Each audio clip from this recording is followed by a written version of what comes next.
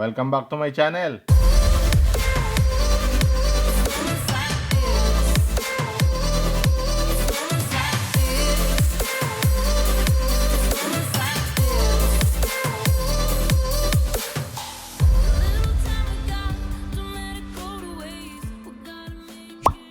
In today's video, we will be reviewing another slingshot that is made by the Master Slingshot Shooter, the Master Custom Maker himself, at ang promotor ng mga promotor sa slingshot dito sa Pilipinas, Master JV Baylon. The slingshot that we will be reviewing is the RTS Special. Nice. It is an over-the-top or OTT configuration, pero it also has a version na TTF or through the fork. It is a customized size and material requested by me. Siyempre, alam mo naman, maarte ako, no? But the design came from the RTS lineup. It is not a regular size and material, as I said, na readily available, so medyo sinurse out pa ni Master JV.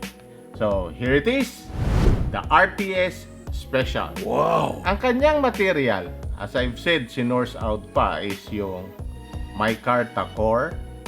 No?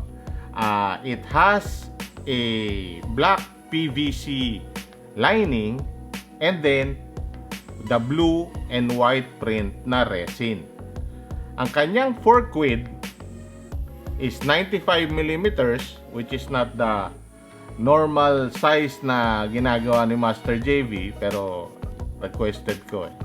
So, the tip is 20mm and the length is 145mm. For the testing, instead yung favorite ko na sniper sling yellow band, we will be using the Sumeki. I don't know if I pronounced it right. Sumeki 0.5mm na latex. And we will still be using 9.5mm ammo, pero I will be shooting 10 rounds instead of 5 rounds kasi I really wanted to feel how it performs, no? And then the target, it's still the same, the 5mm, and the distance would be 10 meters. Okay? Umpisa na natin.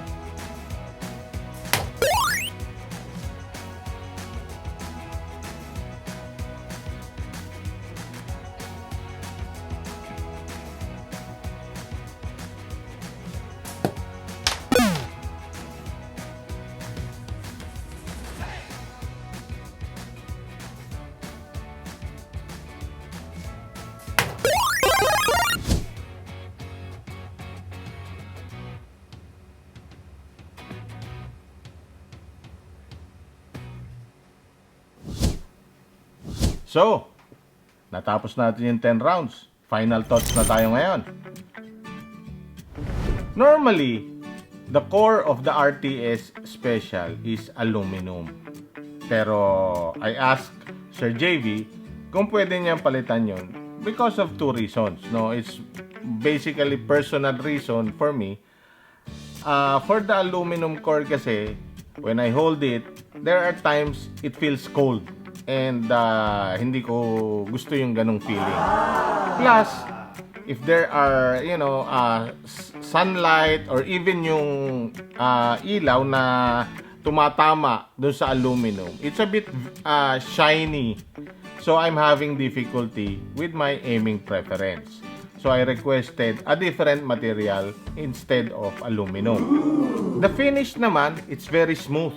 No, you will think na this is one solid piece even though there are different materials na patong-patong dito. And as you can see, it is mirror finish. No? But even though it's mirror finish and very smooth, I am really surprised na it is not slippery.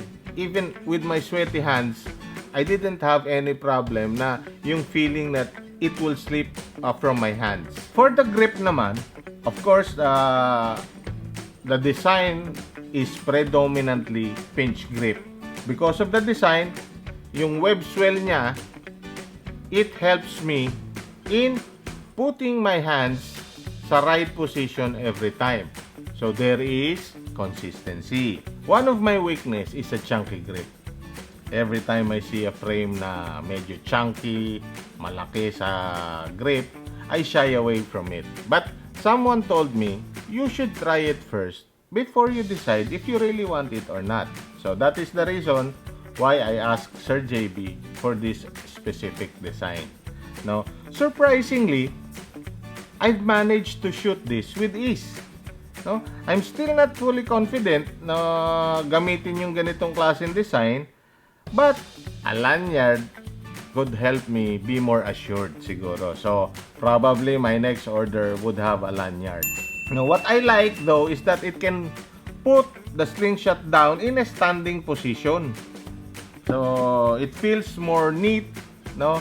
Seeing it standing instead of lying down. The shape of the grip makes me shoot with my wrist straight instead of bend it. So, there is ease when I'm using it, and the web swell, as I said before, conforms with my hand.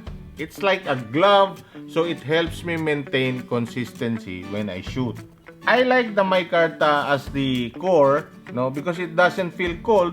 At the same time, it's not as shiny as the aluminum when the light reflects on it. So it helps me with my aiming reference. Finally, for the design, alam nyo naman, my favorite color is green. But of course, there are times I wanted a bit different, no? And when I saw the design of this resin, immediately I asked Sir JB, I want that to be used on this slingshot. So, pinagbigyan naman po niya ako. So, as a summary, the material chosen is spot on. With the help of Master JB, kasi syempre, more on the input came from Sir JV, lalo na yung anong core ang gagamitin, no?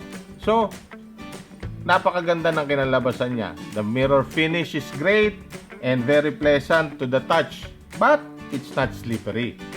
And although the bit is a bit new to me, no, due to the size, I still need to be familiar with it. But definitely, maganda naman ang naging result ng mga shots ko. So, konting practice pa and I'll be more consistent. Alright. Mental note, I really need to have a lanyard hole para makabitan ko siya ng lanyard. So, I will be more confident in using it. Kasi I am having difficulty with the chunky grip. So, ang feeling ko, kakawala sa kamay ko. But with the lanyard, definitely madadagdagan ang aking confidence. And the design is a big help in the consistency. No, lalo-lalo na, I have my wrist straight, no, very relaxed. So, there is no unnecessary stress when I'm using it. Meaning, it's a joy to use. Finally, I really like the stylish look niya, no?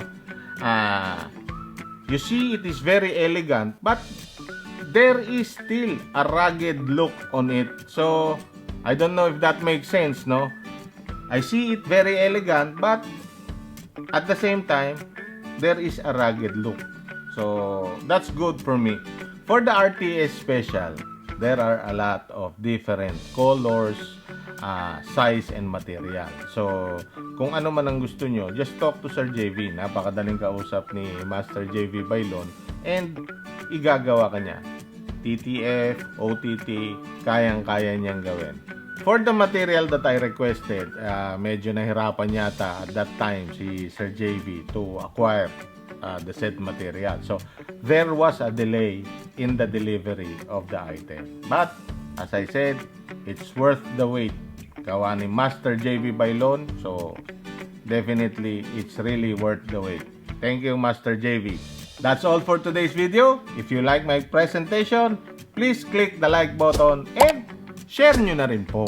And, dun sa mga hindi pa nakaka-subscribe, what are you waiting for, guys? Subscribe na kayo and click on the bell icon for notification. Thank you!